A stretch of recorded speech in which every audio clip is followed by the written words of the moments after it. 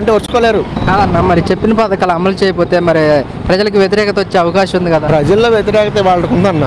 అయితే జగన్మోహన్ రెడ్డి గారు ఏం తప్పేం చేయలే. ఇప్పుడు 11కి మరి పరిమితమైనవి అంటే మరి అదేదో మ్యాజికే జరిగింది. ఇది ఈవీఎం ప్రభుత్వం అని నేను భావిస్తున్నాను, కానీ నా సొంత వ్యక్తిగత భావన. నేనైతే గెలిచారని అనుకోను. ఎందుకంటే ఎక్కువ శాతం ఎస్సీలు కానీ, ఎస్టీలు కానీ, బీసీలు కానీ, మైనారిటీలు కానీ ఎక్కువ జగన్మోహన్ రెడ్డి గారికి సపోర్ట్. ఇవాళకి కూడా మేము అసలు ఓట్లు వేయలేదురా బాబు, అసలు ఎట్ట గెలిచాడు మాకే అనుమానంగా ఉందంటున్నారు. మళ్ళీ ఈ వరదలు వచ్చినాయి. వరదలు వస్తే 360 చిల్లర కోట్లు ఏదో భోజనాలకి ఖర్చు పెట్టామంటున్నారు. అసలు ఏ లెక్కన ఒక 10 రోజులు ఖర్చు పెట్టారు అనుకుందాం, రోజుకి 3 పూటలు ఖర్చు పెట్టారు అనుకుందాం, ఒక్కొక్క ఇంటికి 5 సార్లు ఇచ్చారు అనుకుందాం. అసలు ఎంత ఖర్చు అవుతుంది, అసలు భోజనం ఎంత పడుతుంది, పులిహార ఎంత పడుతుంది? పోనీ ఏదన్నా ఈ దొంగ లెక్కలు ఇవన్నీ. ఏదన్నా ఈ వరదలు వచ్చి ఎవరికన్నా మేలు జరిగిందంటే మాత్రం అది బాబు గారికనే 100% ఒప్పుకోవాల్సిందే. ఇంకోటి ఏంటంటే నేను విఐటీకి వెళ్తా చూశాను, మొక్కలన్నీ కోసేసి కొట్టేసి ఉన్నాయి, అవన్నీ చేశారు. దానికి 360 కోట్లు అయినాయి అంట. మళ్ళీ మొక్కలు వస్తున్నాయి ఇప్పుడు, అన్నీ నీళ్ళే ఉన్నాయి. దీనివల్ల ఎవరికి ఉపయోగం లేదన్న. ఏదో గ్యాస్ బండ్లు ఇస్తాం అంటున్నారు. గ్యాస్ బండ్ల దీపావళికి నేనే వచ్చి వెలిగిస్తాను, నేనే వంట చేస్తాను అన్నట్టుగా చెప్తున్నారు కూటమి ప్రభుత్వం. ఇప్పుడు గ్యాస్ బండ్ ఎంత అవుతుంది? 810 రూపాయలు. ఈ 810 రూపాయలతో ఇప్పుడు గంట బండి ఇచ్చి మళ్ళీ దీపావళికి బండి ఇచ్చి మళ్ళీ ఇంకో దీపావళికి ఇంకో బండి ఇచ్చి అనుకో ఏముందంట.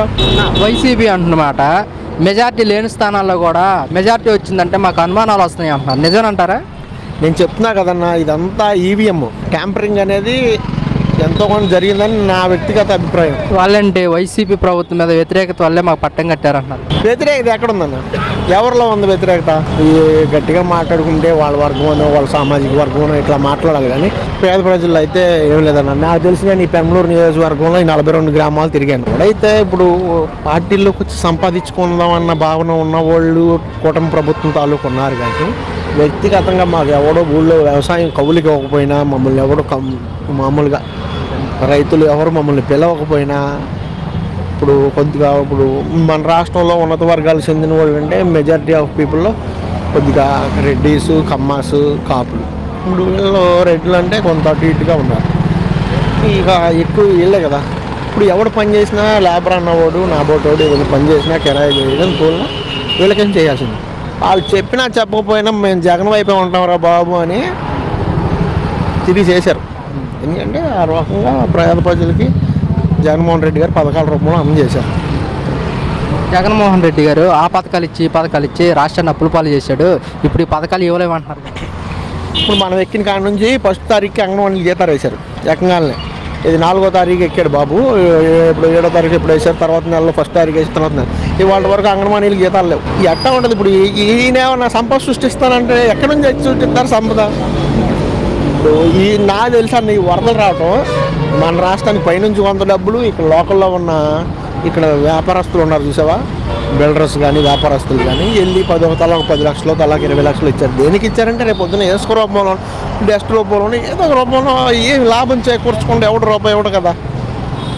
అంటే సీఎం నిధి కింద 400 కోట్లు వచ్చాయి, అవి కూడా వరద బాధితులకి పంచిపెట్టాము, ఏ ప్రభుత్వం కూడా ఇంత త్వరగా ఇవ్వలేదు అంటున్నారు. దాంట్లో అయితే నిజం లేదని నేను అనుకుంటున్నాను. పంచాడని చెప్పుకోవచ్చు, కానీ నేను ఆటో వేసుకుని వెళ్తుంటే కలెక్టరేట్ దగ్గర జనం ఉంటున్నారు బాగా. కలెక్టర్ని బయటికి ముట్టడిచ్చారు మొన్న.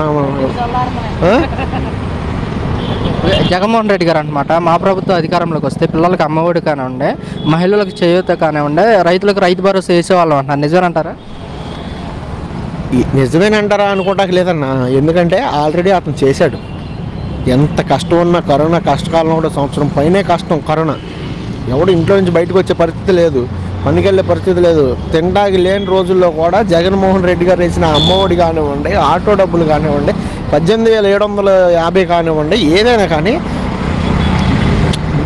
బిలో పవర్టీ లైన్లో ఉన్న ప్రతి పేదవాడికి పథకాల రూపంలో అందిని. జగన్మోహన్ రెడ్డి వస్తే 100% పేద ప్రజలకి వైపున ఉంటాడు. Mass leader Jagan. ఏదో మాలలు వేసుకొని సనాతన ధర్మం అంటున్నారు, అది అంటున్నారు, ఇది అంటున్నారు, కులాలని మతాలని ఈ ఉద్దేశాలను రెచ్చగొట్టే విధంగా మాట్లాడుతున్నారు. కానీ దాంట్లో ఏమో నిజం లేదనుకుంటున్నా. ఈ కూటమి ప్రభుత్వం కూడా ఎన్నిక హామీలో ఉచిత బస్సు తీసుకురానుంది మహిళలకు. మీరేం చెప్తారు?